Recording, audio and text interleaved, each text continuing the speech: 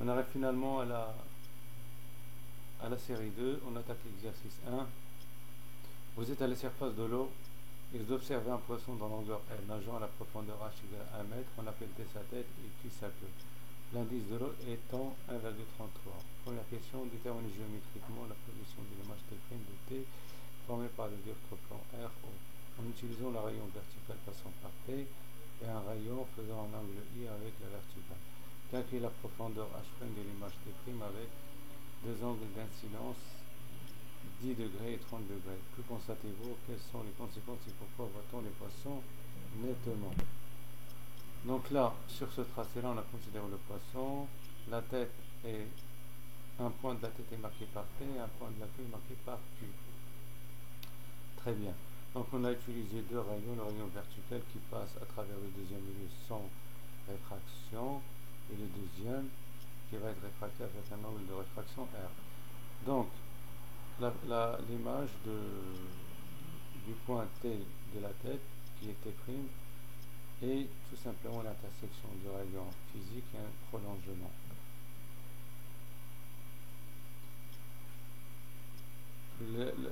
L'image du poisson sont plus proches de la surface de l'eau que l'objet lui-même.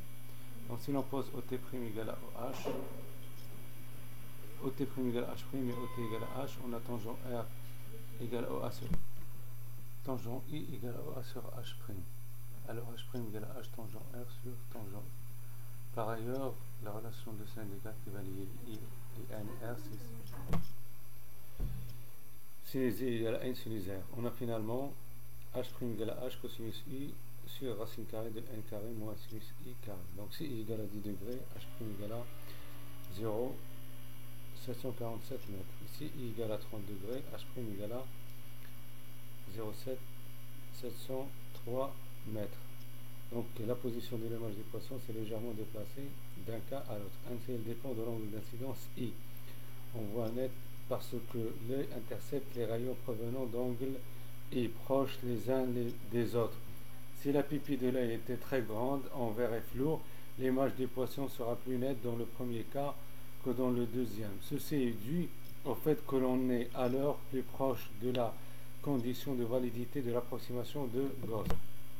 Deuxième question, déterminer la profondeur H' dans le cadre de l'approximation de Gauss, faire le même calcul si le poisson est à 4 mètres de profondeur. Dans le cadre de l'approximation de Gauss, E est très petit, ce qui entraîne E égale à NR pour la loi de Snell-Descartes.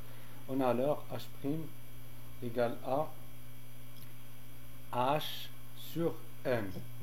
Tout simplement parce que dans cette équation, on a cosinus I égale à I, I égale à 1, pardon, et sinus I égale à I, sinus I au carré égale à I carré, donc on peut la négliger devant 1 carré.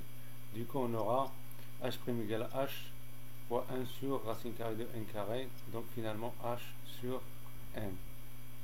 Si le poisson est à 1 mètre de profondeur, H' égale à 0,752 mètres. S'il est à 4 mètres de profondeur, H' égale à 3 mètres. Un observateur est à la surface de l'eau et regarde un poisson de 1 mètre de longueur situé à 1 mètre de profondeur. En absence d'eau, lorsqu'il est juste à la verticale, il verra ce poisson sous un angle alpha.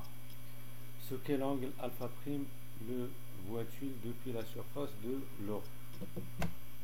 L'angle alpha est donné par la relation tangent alpha sur 2 égale à TQ sur 2, le tout sur H. Donc tangent alpha sur 2 égale à TQ sur 2H.